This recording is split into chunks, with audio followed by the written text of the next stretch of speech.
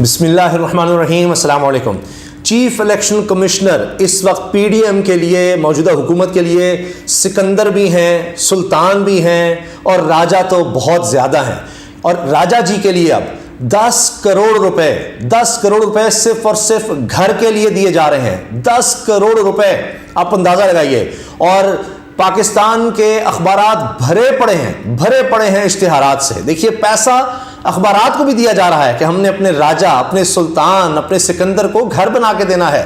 اور اس کے لیے ہمیں فوری طور پر بڑی جلدی ہے۔ الیکشن سے پہلے ہمیں چاہیے کہ یہ جناب کام جس طرح سے ہے یہ شروع ہو جائے۔ زیادہ عرصہ نہیں لگانا، اگلے مہینے تک ہی تمام ہمیں جناب بڈنگ، یہ ٹینڈر، سارا کچھ جو ہے نا، اس کا جلدی معاملہ چاہیے کہ اس سے پہلے کہ الیکشن ہو۔ 14 مئی کو الیکشن ہے، 5 مئی تک یہ کام ہو، اور پھر اگلے الیکشن سے پہلے سکندر صاحب کو پتہ لگ جائے، چیف الیکشن کمشنر کو، کہ یہ حکومت آپ کے ساتھ کس طرح سے برتاؤ کر رہی ہے، کس طرح آپ کے ساتھ چل رہی ہے، کتنا آپ پر احسان کر رہی ہے، جس طرح باقی لوگوں پر کیا گیا، اردوؤں پر نوازنے کے لیے۔ اور یہ وہی کام دیکھیں نا کہ جس طرح وہ جج صاحب جو شہباز شریف کو بری کرتے ہیں، اور ریٹائرمنٹ کے فوری بعد کوئی دیر نہیں لگتی ان کو سرکاری عہدہ دے دیا جاتا ہے۔ تو یہ ان کا وتیرہ ہے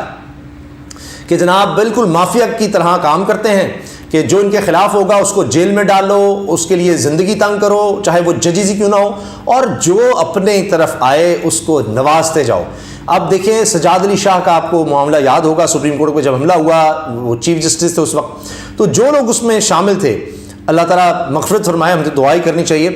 جسٹس سعید الزماں صدیقی صاحب اور اس وقت جسٹس رفیق تارڑ، ایک کو یعنی عطا تارڑ صاحب کے دادا کو اس وقت پھر اس کے بعد صدر بنا دیا گیا، جن پر الزامات علی بریف کیس لے کر گئے اور ججز کو اکٹھا کیا، اندر سے ججز کو توڑا تھا۔ اور سعید الزماں صدیقی صاحب، انہوں نے بھی فیصلہ دیا تھا سجاد علی شاہ کے خلاف، ان کو پہلے صدارتی امیدوار بنایا، جب وہ نہ اس میں کامیاب ہوئے تو پھر ان کو گورنر لگایا تھا نون لیگ نے سندھ میں۔ تو یہ حرکتیں ہوتی ہیں۔ ابھی آپ دیکھیں، چیئرمین نیب کے جو پرکس اینڈ پریویلیجز ہیں، وہ دیکھیں آج سے پہلے اس طرح نہیں تھے کہ سپریم کورٹ کے جج کے برابر کر دیے ہیں، سپریم کورٹ کے جسٹس کے برابر پرکس اینڈ پریویلیجز نیب کے کر دیے ہیں۔ آپ جانتے ہی ہیں کہ اس سے پہلے نیب کے چیئرمین آفتاب سلطان، انہوں نے انکار کر دیا کہ میں اس طرح کے جھوٹے جعلی کیس نہیں بنا سکتا۔ پھر فوری طور پر جناب نئے صاحب کو لگایا گیا، اور اس کے بعد خبر آتی ہے کہ جناب ان کے پرکس اینڈ پریویلیجز بڑھا دیے گئے ہیں اور سپریم کورٹ کے لیول کے کر دیے گئے ہیں۔ یہ ہے جی کمال۔ اچھا، فواد چودھری صاحب تو یہ بھی کہہ چکے ہیں کہ جی چیف الیکشن کمشنر کو کہا گیا ہے ڈٹے رہو، الیکشن نہ ہونے دینا تو ہم تمہیں صدارتی امیدوار بنائیں گے، صدر تمہیں لگا دیں گے۔ اب میرے ہاتھ میں جناب یہ کاپی موجود ہے، یہ آپ دیکھ لیجئے، اس پہ لکھا ہوا ہے انویٹیشن فار بڈ۔ یہ دیکھیے، invitation for bid, Capital Development Authority, یہ اسلام آباد میں جناب جو اتھارٹی ہے یہ سارے کام کرنے کے لیے، اس نے یہ پورا جناب چھاپا ہے مختلف اخبارات میں۔ Construction of residence of honourable chief election commissioner of Pakistan in sector F52 اسلام آباد، یہ صرف کنسٹرکشن ہے۔ 10 کروڑ روپے، 100 ملین روپیز، 100 ملین یہ کاسٹ ہے جی، 10 کروڑ روپے۔ اس میں پلاٹ شامل نہیں ہے، پلاٹ تو حکومت دے رہی ہوگی نا جی، یہ صرف کنسٹرکشن کے لیے 10 کروڑ روپے دیے جا رہے ہیں۔ اور آپ دیکھیے پھر آگے تو چیزیں بہتر ہو ہی جاتی ہیں، اور مزید بڑھانی ہو، یہ تو ابھی آغاز ہے۔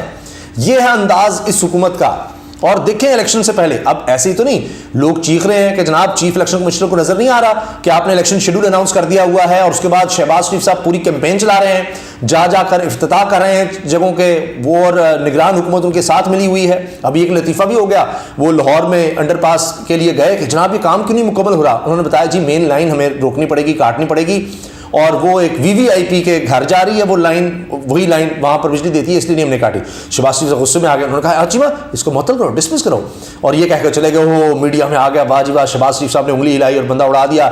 وہ لیسکو کا شاید ہیڈ تھا جو بھی بجلی پرووائڈ کرنے والی کمپنی کا۔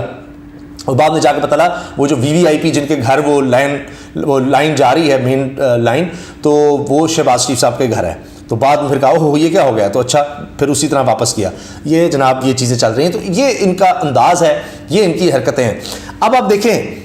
اس اشتہار میں کیا لکھا ہے، the Capital Development Authority CDA invite sealed bids under single stage 2 envelope procedure from firms registered with PEC having valid registration certificate for the year 22-23 in C4 category with relevant codes required mentioned in bidding documents who can prove their eligibility and qualification as mentioned in the bidding documents for the captioned project having NIT cost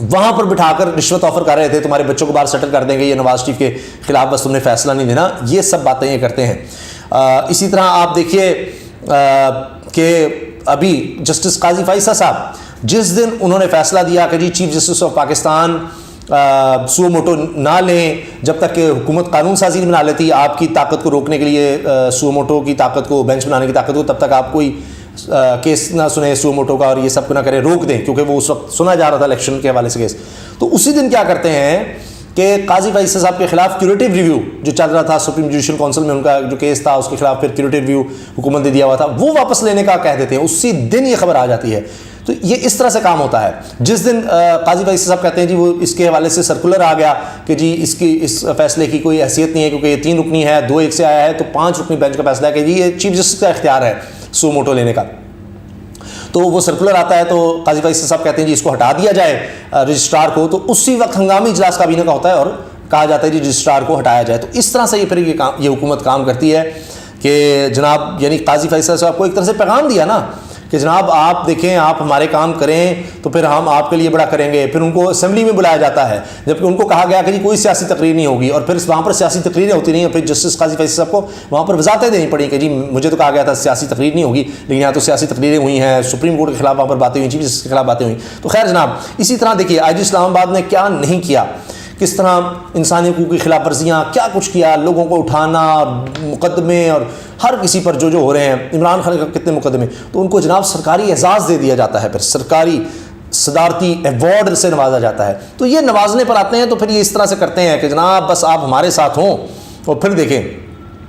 اب election commission نے کیا کیا، پہلے تاریخ نہیں دے رہے تھے، آج تک الیکشن کمیشن کو آئینی اختیار ہے کہ وہ پابند کر سکتا ہے اداروں کو کہ جناب آپ ہمیں سہولت دیں، ہم نے الیکشن کروانے ہیں، لیکن نہیں یہ نہیں کیا۔ پہلے کہہ رہے تھے ہم تاریخ نہیں دے سکتے، اچھا صدر سے تاریخ آ گئی جناب، پھر کیا کہا کہ جناب اب یہ 30 اپریل کی تاریخ تھی تو کہا نہیں 30 اپریل کو ممکن نہیں ہے، اب جناب اکتوبر میں خود سے ڈیٹ دے دی، 8 اکتوبر کو جناب الیکشن ہوں گے خود سے۔ تو جو جناب پی ڈی ایم کہے وہ سر آنکھوں پر چیف الیکشن کمشنر کے لیے۔ اب اسی لیے جناب اخبارات میں اشتہار اور ہر طرف اب یہ بات ہو رہی ہے۔ اب دیکھتے ہیں کہ کیا اس حوالے سے جب یہ اتنی بڑی کنٹروورسی، اتنا بڑا سکینڈل کھڑا ہو گیا ہے تو حکومت پیچھے ہٹتی ہے، کیونکہ حکومت کو ویسے فرق کوئی نہیں پڑتا، وہ ان کے پتہ ہے کہ اب یہی ہے کہ ہم اداروں میں بیٹھے لوگوں کو نوازیں، ان کو ان کی جیبیں بھریں اور ان کو خوش کریں تاکہ وہ بالکل ہمارے ساتھ ہوں۔ یہ کوشش ہے کہ الیکشن رگ کریں جہاں جہاں جس طرح سے بھی ہو سکتا ہے، اور انہوں نے اسی طرح اداروں کو کمزور کیا۔ یہ ماضی میں آرمی چیفز کو BMW آفر کرتے ہیں، یہ جناب ان کو مراعات آفر کرتے ہیں، یہ تک ہو چکا ہے ان کے ساتھ۔ تو یہ ان کا انداز ہے کہ اگلوں کو اس طرح سے گھیر لو، ان کو نواز کر، پیسے دے کر، جو بھی ہو سکے بریف کیس چلاؤ، جو بھی ہو سکتا ہے کرو، اور اداروں میں بیٹھے لوگوں کو اپنے ساتھ ملاؤ تاکہ وہ پھر سرکار کے لیے، ریاست کے لیے، آئین کے لیے کام نہ کر رہے ہوں، وہ صرف ہماری ذات کے لیے کام کر رہے ہوں، جس طرح ہم کہہ کے دیکھیں پھر ہم آپ کے لیے کیا کچھ کرتے ہیں۔ یہ ان کی صورتحال ہے کہ اپنے لیے دیکھیے 1 ارب روپے سے زیادہ تو شہباز شریف اپنے دوروں پر خرچ کر چکے ہیں، 1 ارب روپے سے زیادہ۔ تو یہ اس طرح سے ان کی حرکتیں ہیں، اور یہ پھر کہتے ہیں کہ جناب کہ ہمارے اوپر الزامات لگا دیتے ہیں جی کرپشن کے، ہم یہ ہمیں مافیا کہہ دیا، ہمیں کیسے مافیا کہہ دیا؟ آپ سارے کام ہی وہ کرتے ہیں جو بالکل مافیا والے کرتے ہیں۔ اللہ حافظ۔